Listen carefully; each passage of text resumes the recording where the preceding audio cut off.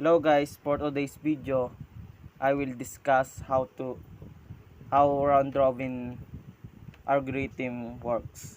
First, meron tayong P1, P2, P3, P4, P5 na may 80 arrival time na 0, 1, 3, 5, 6 and V3, VT burst time na merong 5, 5, 3, 6, 1, 4 and TQ time quantum na 3 and RQ ready Q. First, first is 80 arrival time 0 and 5 burst time, kaya siya yung mauuna na mapupunta sa ready queue.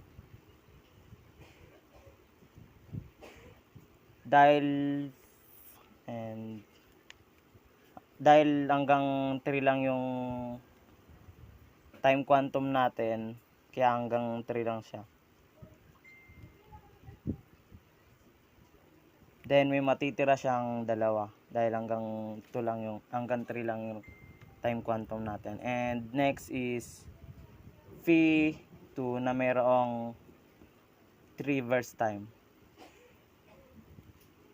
Then hanggang 6 siya. And next is V3 na mayroong 6 arrive burst time. Dahil hanggang 3 lang yung time quantum natin, may matitira siyang 3.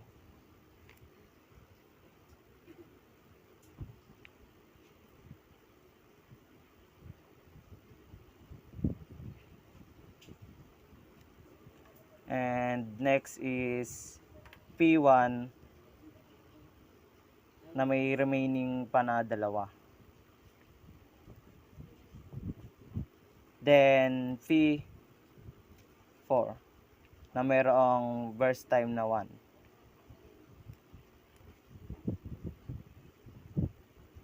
And next is P5 na mayroong burst time na 4. Dahil hanggang 3 lang yung natin, time quantum, may matitira siyang isa. And next is, dahil may natitira pa si P3 na 3, ilalagay na natin siya dito. Then last is P5 dahil may remaining pa siya na isa. Then papakita ko kung paano computein si TA turnaround time is equal to CT complete time minus 80 arrival time. And P1, P2, P3, P4, P5 na mayroong complete time na is equal to complete time na kung kailan siya natapos 11. And P2 natapos siya is lalagyan natin.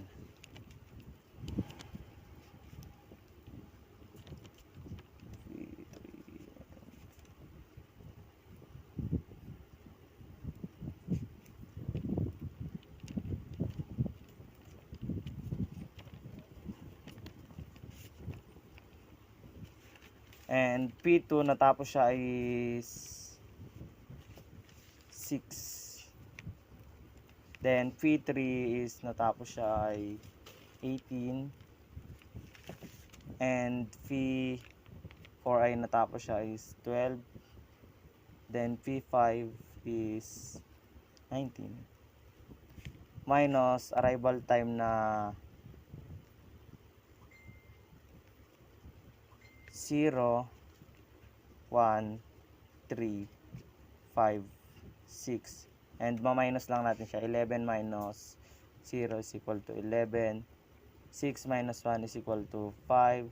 And 18 minus 3 is equal to 15, and 12 minus 5 is equal to 7, and 19 minus 6 is equal to 13. Then ito total lang natin siya pagpa-plusin.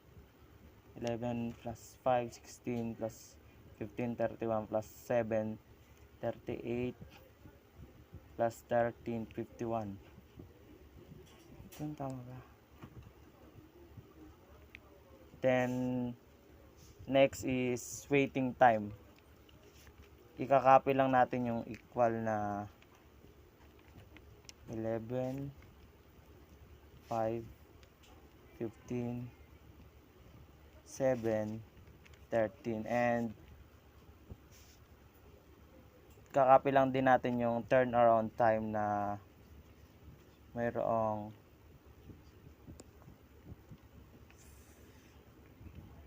11 ay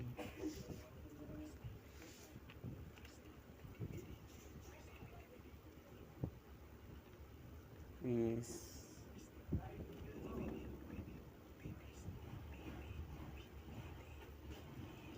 PT.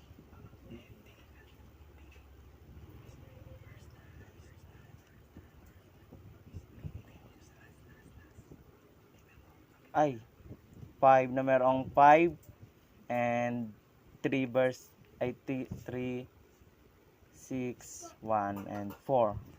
O-minus lang natin siya.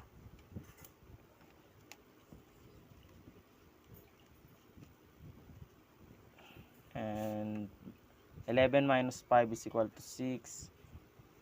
3 minus 5 ay 5 minus 3 is equal to 2.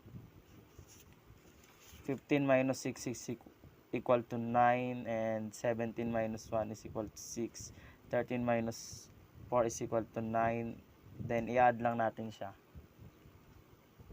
8 plus 9 is equal to 17 plus 6, 23 plus 9, 32. Then yun lang.